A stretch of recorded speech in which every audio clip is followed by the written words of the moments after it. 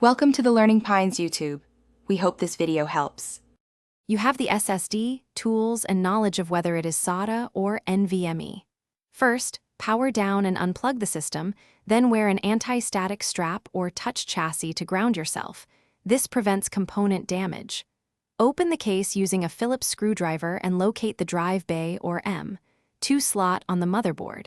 Once open, position the case so you have clear access and double-check. You have the SATA cable and available SATA power connector if you are installing a SATA SSD. Now install the drive depending on type.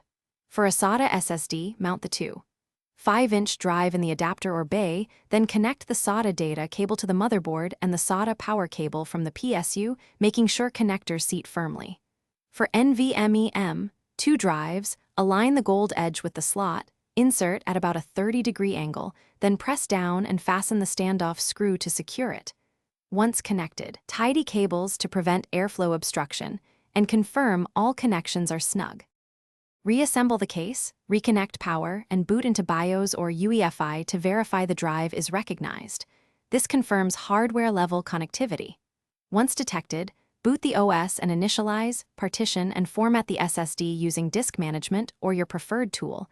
If it will be your boot drive, install or clone the OS and set boot priority accordingly.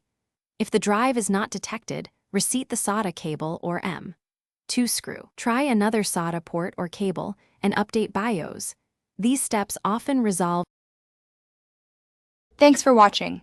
Consider subscribing if we helped you.